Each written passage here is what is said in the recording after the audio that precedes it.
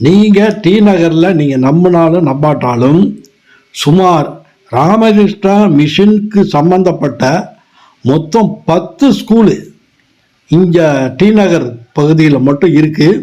இந்த மிஷன் 75 வருடத்துக்கு முன்னால் இருந்து கல்வி பணி ஆற்றிட்டு வராங்க. இதே பகுதியில் இருக்கிற ஜெயின் காலேஜ் ஃபார் உமன் 2005 ஆரம்பிக்கப்பட்ட இந்த கல்லூரி. இந்த கல்லூரியில் தற்சமயம் 3400 மாணவிகள் கல்வி கற்கிறாங்க.